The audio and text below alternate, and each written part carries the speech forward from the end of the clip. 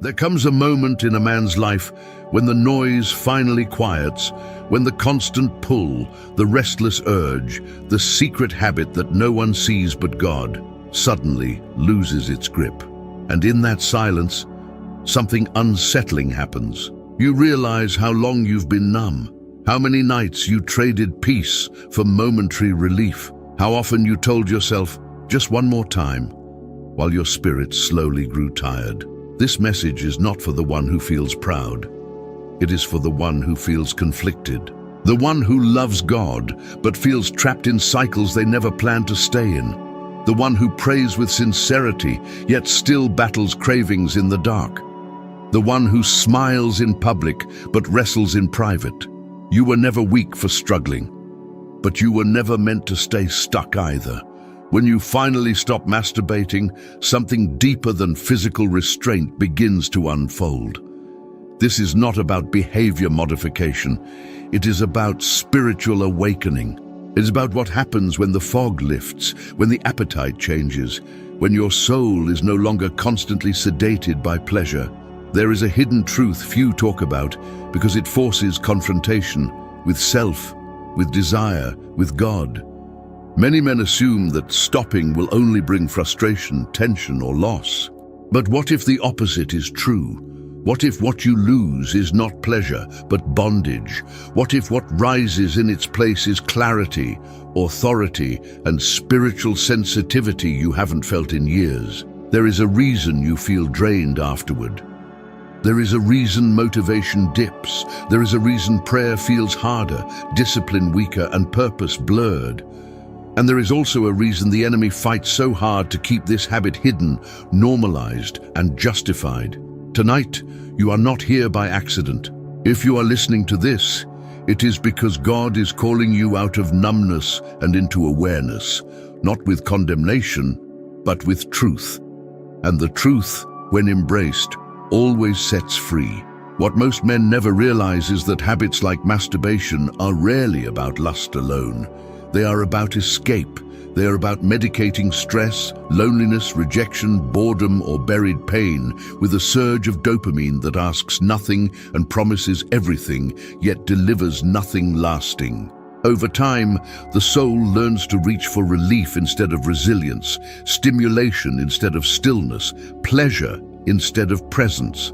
And this is where the hidden truth begins. When you finally stop, you don't just remove a habit, you remove a veil. At first, the silence can feel uncomfortable. Thoughts you've numbed begin to speak. Emotions you postponed start knocking. Spiritual hunger you forgot you had begins to awaken. Many mistake this discomfort for failure, but it is actually evidence of healing. Nerves coming back online after being dormant always sting before they strengthen. God often allows the struggle not to shame you, but to expose what you've been avoiding. Because once the artificial comfort is gone, you are finally forced to face the deeper work He has been waiting to do in you. This is why so many men quit for a few days, feel overwhelmed, and return. Not because they are incapable, but because they were never taught what withdrawal really is. It is not just the body missing a release. It is the soul relearning how to rest in God instead of stimulation. Scripture says that when God speaks, it is often in a still, small voice, but constant indulgence drowns out stillness. It conditions the heart to crave intensity rather than intimacy. Over time, prayer feels dull, not because God is absent, but because the soul has been trained to only respond to extremes. This is why seasons of silence from God often coincide with seasons of secret compromise, not as punishment, but as consequence. Sensitivity is dulled by overstimulation. If you've been in a place where God feels distant, prayer feels heavy, and worship feels empty, it may not be that He stopped speaking. It may be that your spirit has been exhausted by noise. That is why we created the devotional When God is Silent, for those moments when you want to reconnect with God but don't know where to start. It is not a book of guilt. It is a guide back to sensitivity, stillness, and trust. You'll find it in the pinned comment, created specifically for believers who feel stuck between longing for God and battling habits that numb the soul. Because here is the truth. When you stop masturbating, God does not suddenly love you more. He already loved you fully. But you begin to hear Him more clearly. You begin to sense conviction sooner.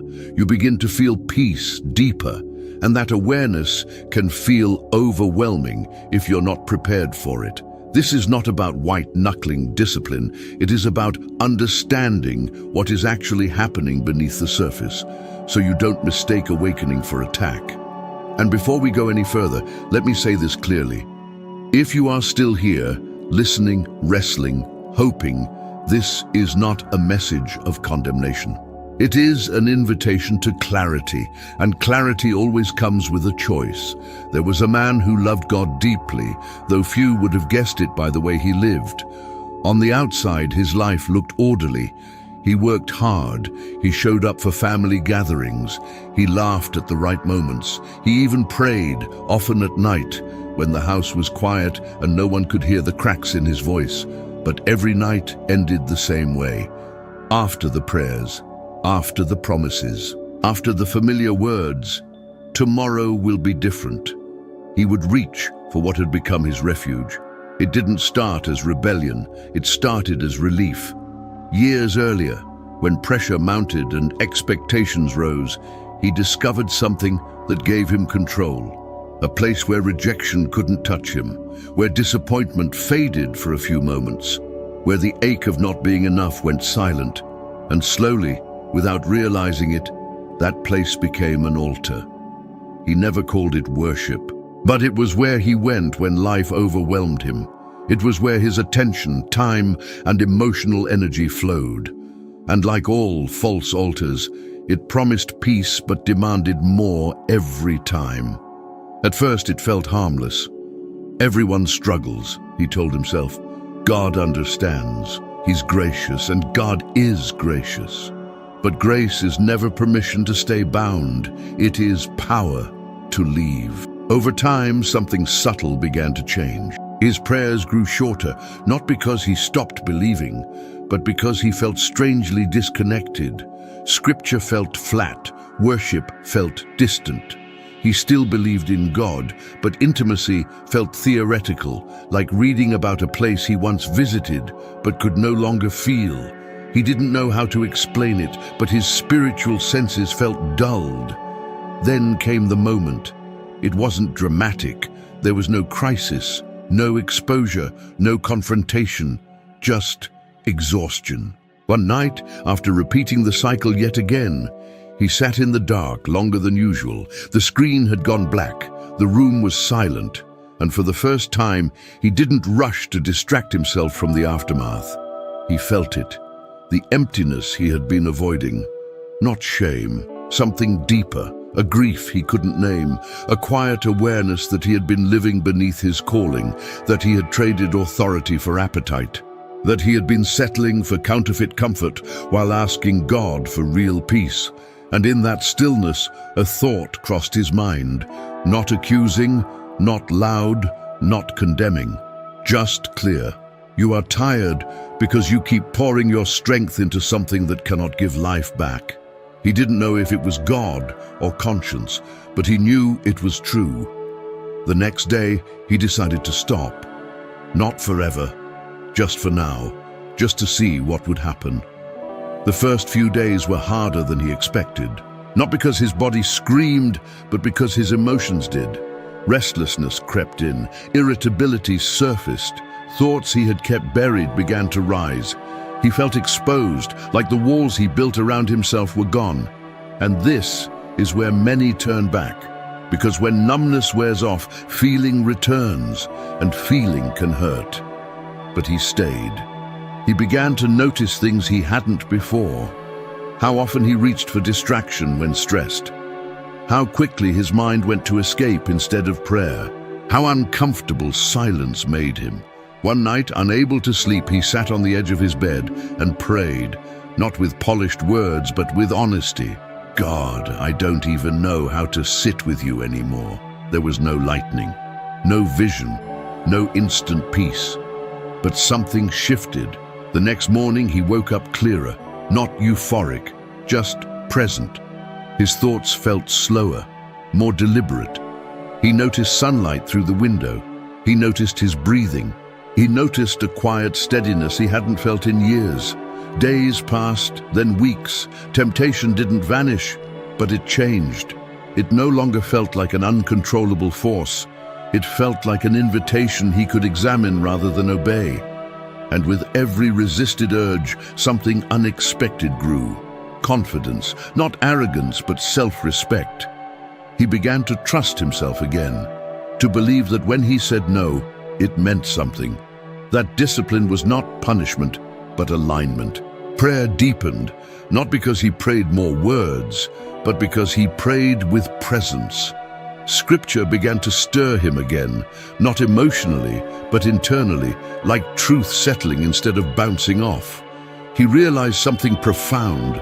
The habit had not just been stealing his time, it had been fragmenting his attention. It had been training his mind to seek immediate relief rather than lasting strength. It had been dulling his sensitivity to conviction, to guidance, to the quiet leading of the Spirit. When he stopped, it wasn't that God suddenly arrived. It was that the noise finally left. And in that quiet, he began to hear again. Not accusations, but invitations. Not shame, but direction. Not rejection, but calling.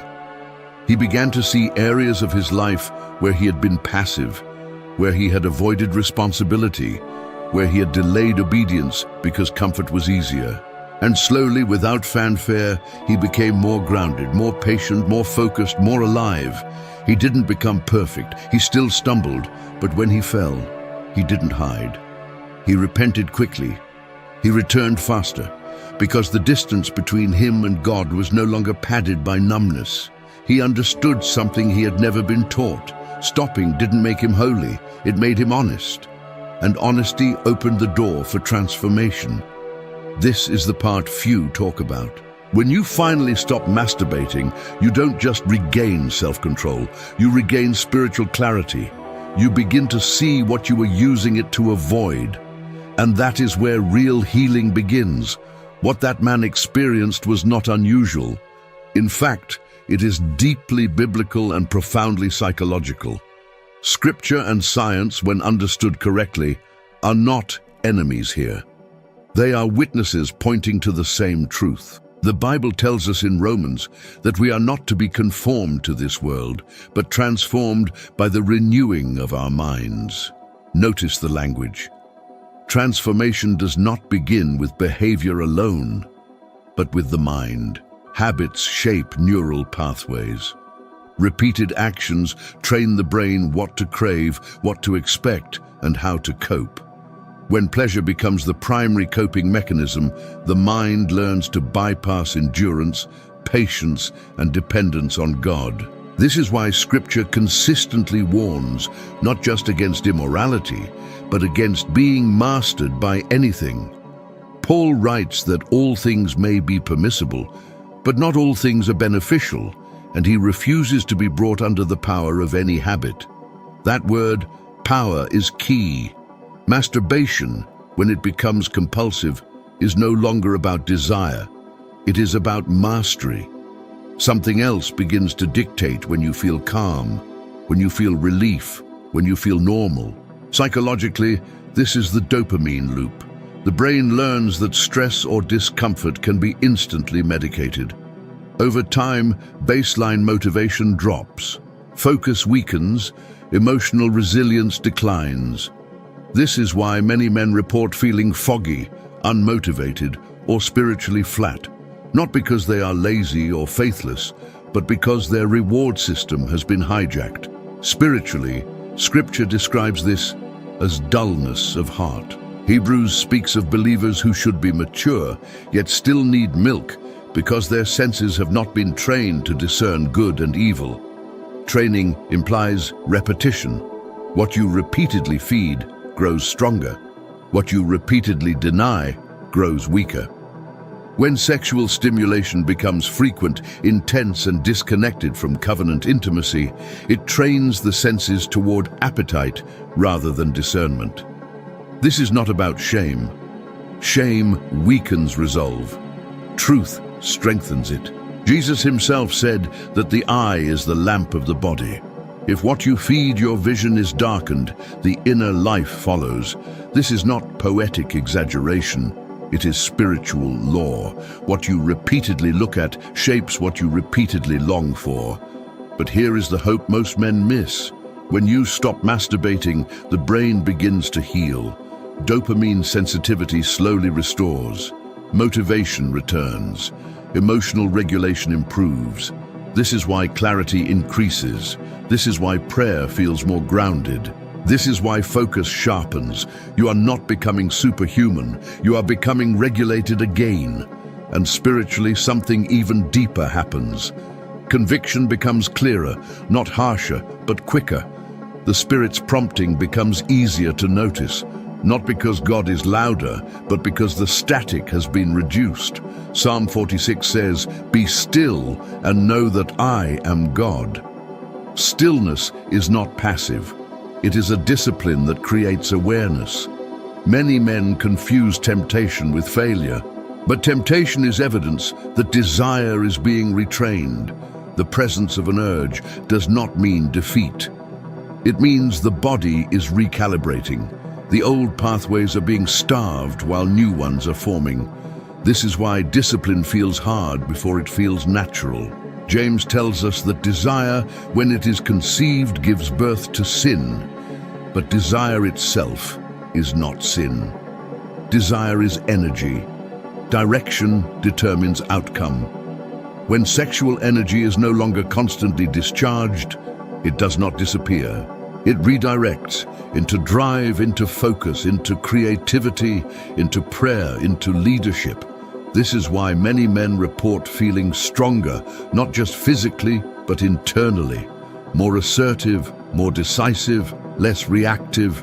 This is not mysticism, it is stewardship. And this is where spiritual warfare becomes real, because anything that restores clarity threatens complacency. The enemy does not fear a man who sins and feels numb. He fears a man who becomes aware, who begins to see patterns, who stops running from discomfort and starts asking God what it is meant to teach him. When Jesus fasted in the wilderness, temptation followed, not because fasting was weakness, but because restraint sharpened purpose. Abstinence does not make you fragile, it makes you focused. So if you have stopped and feel exposed, restless, or emotionally raw, understand this. You are not backsliding, you are waking up. And awakening always feels uncomfortable before it feels empowering. The question is not whether urges will come. The question is whether you will use this season to numb yourself again or to let God rewire you from the inside out. Because what is happening in you right now is not loss, it is restoration in progress. I want to speak directly to you now, not in theory, not in general terms, but personally. If you are in this season where you have stopped, or you are trying to stop, and you feel more exposed than empowered, hear this clearly. God is not disappointed in you. He is drawing you closer. What feels like vulnerability is actually sensitivity returning. What feels like weakness is awareness being restored. You are not unraveling. You are being rewired. There are men listening to this who have wondered why they suddenly feel emotional, reflective, even restless since letting go of this habit. You feel things more deeply. You think more clearly. You are more aware of your purpose and also more aware of how far you've drifted from it. That tension is not condemnation, it is calling. The Lord is not asking you to be perfect. He is asking you to be present. There is a version of you that has been waiting beneath the surface. The disciplined one, the focused one, the man who does not run from discomfort but stands in it and lets God shape him. That man is not created overnight. He is revealed through restraint. I sense that some of you have been praying for clarity, direction, and confidence, while secretly clinging to habits that blur all three. And now that you've loosened your grip, the fog is lifting. You are seeing more about yourself, your relationships, your potential, your calling. That can feel heavy, but it is holy weight. God trusts you with this awareness because He intends to use you with it. You are not meant to live reactive, pulled by urges, moods, and momentary cravings. You were designed to live responsive, to hear God's voice and move with intention. And this season of restraint is training your inner ear. Do not rush to fill the silence. Do not panic when temptation rises. Stand still long enough to ask, what is this urge pointing to? What am I actually needing right now? You will be surprised how often the answer is not sex, but rest, affirmation, purpose, or connection with God. I believe there are men listening who are on the brink of a deeper walk with God than they've ever known, not because they earned it, but because they removed what was numbing them to it. You are not losing pleasure. You are gaining authority over your mind, authority over your focus, authority over your decisions. And that authority will spill into every area of your life, your work, your relationships, your prayer life, your leadership. This is the season where God is teaching you to trust Him with your desires, not just your words. And if you stumble, do not hide. Return quickly. Shame thrives in isolation, but grace thrives in honesty. Every time you get back up, the habit loses power and your identity gains ground. You are not behind. You are being prepared. And what God is preparing you for requires the clarity you are gaining right now. Stay here, stay awake, stay honest. Because the man you are becoming will thank you for the restraint you choose today. If you are still here, I want to begin by saying this: thank you for staying until the end. Not because of a video, but because you chose to sit with truth instead of running from it. That alone says something powerful about the kind of man you are becoming. Most people scroll away the moment conviction shows up. You stayed, and that matters. Now I want you to seal this moment with intention. In the comments, write this simple declaration: I will not trade my calling for comfort.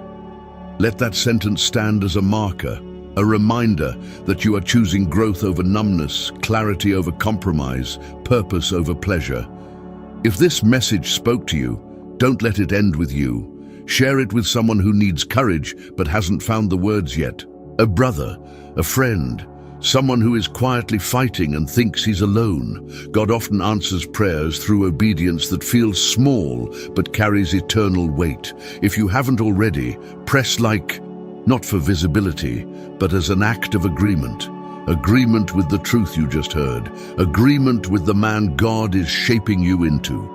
And if this channel has been walking with you through seasons of conviction, healing, and growth, make sure you are subscribed. These messages are not meant to entertain. They are meant to sharpen and strengthen. You can also hype this video if that option is available to you. That simple action helps push truth into places where darkness thrives in silence. And if you feel led to support this ministry in a deeper way, consider becoming a channel member. Members help sustain these messages and receive deeper encouragement designed to strengthen their walk with God. You can also give through Super Thanks. Every contribution directly helps us continue creating content that calls men into clarity and spiritual authority. And remember, if you are in a season where God feels quiet, where you're trying to rebuild sensitivity and connection, the devotional When God is Silent is available in the pinned comment. It was created for moments exactly like this, to help you learn how to hear God again when the noise fades and the silence feels unfamiliar. You are not weak for wrestling. You are strong for staying in the fight. This is not the end of your story. It is the turning point. Keep walking with God.